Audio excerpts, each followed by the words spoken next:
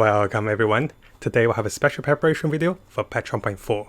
In this video, we'll have a look at two countdown timers with maintenance start and also maintenance finish. After that, we'll have a look at a number of different tips before the maintenance and the things we can prepare for patch 1.4. Those including picking different characters, preparing for different events, saving some reason for the Risen Cost event, which we'll talk about this one, delaying the killing of the new weekly boss and also the reputation system for a new battle pass boost with more experience, and also some of the common tips with resin spending, expedition and also weapon enhancement.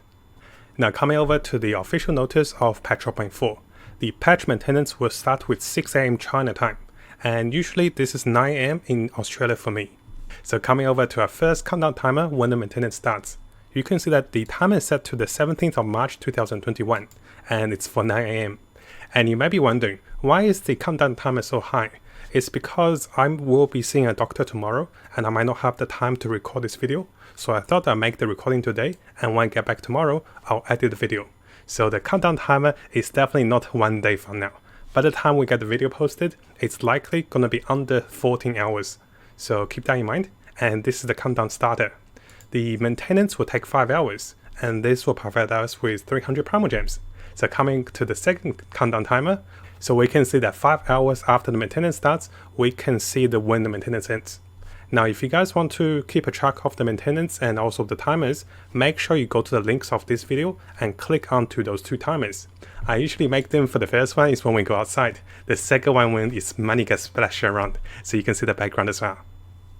Now coming over to some of the tips before the patch 1.4 maintenance. The first one guys is going to be pre-downloading the game. The game file will be about 9 GB in size. So over here I made a small screenshot of 9.3 GB for the resource pre-packaging. So make sure we have the available resource of the space and also the download ready, because we want to avoid the peak traffic. When the update or the maintenance comes live, there will be a lot of people trying to download. So make sure we download beforehand. Now coming over to some of the patch 1.4 specific tips. The first one is going to be about the minigames, and I strongly recommend having a team of 2 animal characters. There are a few reasons for this. The first one is to reduce stamina consumption for dashing around, which will be needing to running around, and also for faster movement speed. After that, we can consider having Diana with a shield for a boost of movement speed and also stamina cost. Now surprising enough guys, Diana is going to be one of the best support for the minigames, because if we come over here and have a look at her particular first ascension, which doesn't take long to unlock, she will provide us with 10% movement speed and also 10% stamina consumption reduction. So she is actually an Anemo Resonance by herself, and you can combine this one with Anemo Resonance. Now for those viewers out there who want to take the extra step in preparing for the minigames, we can also cook some of the food items for the stats buffs. So coming over to the adventure dish over here, you can see there's a number of dishes which will provide us with reduction to stamina cost. And also some of those goes with sprinting, some of those goes with flying.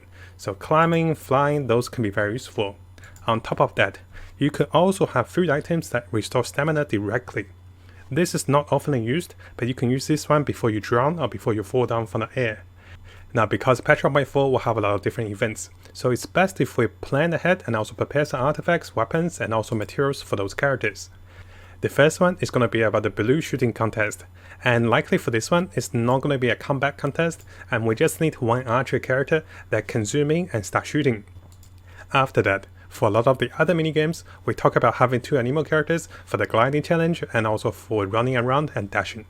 But what's more interesting is, if you look closely in the patch 1.4 trailers or the teaser livestream, we talk about having one electro character for having bonus damage in terms of shockwave damage. This is also the case of having one plunge character and one character that can use charge attack. So you can think of Shell, you can think of Ganyu, you can think of Venti, which gave us the updrift for the plunge attack.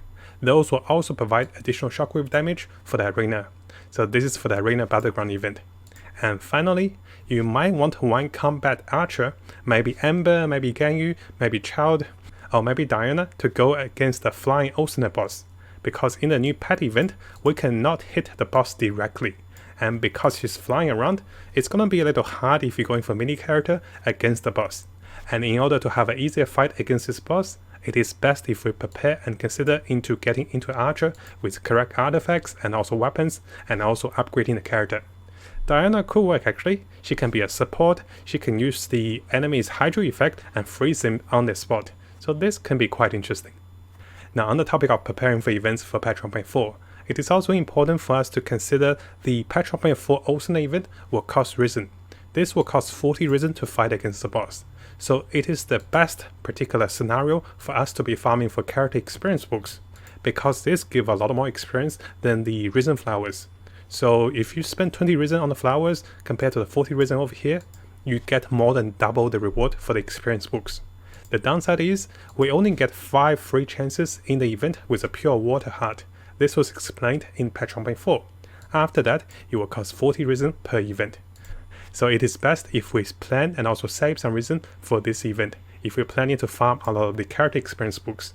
So as usual, we can use the in-game timer as reference to save some Risen and calculate the best Risen amount for this event. Now because there's a cap of increasing the condensed Risen into 5 of those from 3, it is important that we don't convert them right away. If we want to go for elite bosses, if you want to go for the weekly boss, those cannot be used. So be careful when we craft those, because those can be very handy. But at the same time, be aware, they cannot be used for elite boss or they cannot be used for the weekly boss. And the last point for Risen preparation is to save some Federal Risens. Try to not spend all the Federal Risens if you want to in the events, because in the future you might have special dungeons, artifact dungeons, or special events which will cost Risen. You might want to save some Federal Risens for the updates that's coming in the future. Maybe patch 1.5, maybe patch 1.6. Now coming over to our fourth tip. I'm sure most of you know that we don't want to kill the weekly boss before the battle pass is up. This will allow us to have a lot of experience boost for the battle pass for killing the 3 different boss during the battle pass. Now similarly, we also want to avoid doing the weekly reputation missions. This including the bounties and also the side quest. Because those cannot be repeated, if you have killed a weekly boss, you can do it again solo, or you can do it in co-op. But for the reputation bounties and also the side quest, those cannot be repeated. So if you're looking for bonus battle pass experience or progress faster with your battle pass, make sure you do not do your repetitions until the patch comes live. So when we get the new battle pass, do those weekly ones. Now finally, we'll have 3 of the common tips and also checklist before each update. So the first one is to make sure we spend at least 40 Risen for 5 hours, because it will be about 7.5 Risen per hour regeneration for the 5 hours waiting time. We want to make sure the Risen is not capped out at 160, so make sure you spend at least 40 Risen for the maintenance to get the most Risen out of this one. After that, make sure you send the characters onto expedition for longer than 5 hours. And also, if you guys are preparing to get a new weapon, it is best you start crafting the weapon enhancement ores before the daily reset. So this way, we can craft as many weapon enhancement ores as we can using the crystal ores. Because there's a limit of 30 ores crafting per day with a blacksmith, so try to spend them before the daily reset. And if your reset comes during the maintenance because of time zones, you might be getting more crafting out of this one. Now hopefully you guys found this countdown timer and also preparation video helpful. Usually we'll make one of those before the patch. And if you do have any tips and also comments and also advice, definitely let us know in the comments below.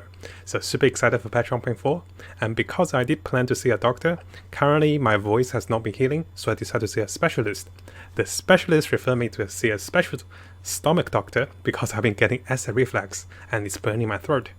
The acid reflux doctor booked me for a doctor appointment in the hospital to get a endoscope examination. So they're gonna probe me with a camera. I'm actually really scared.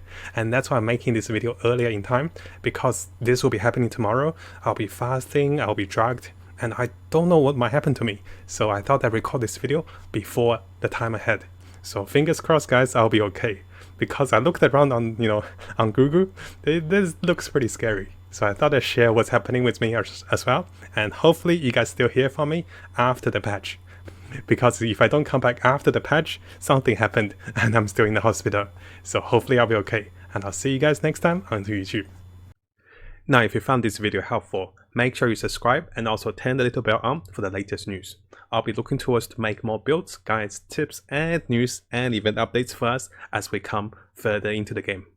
And as always, I wish you guys the best of luck with Genshin and have the most fun in exploring this wonderful world.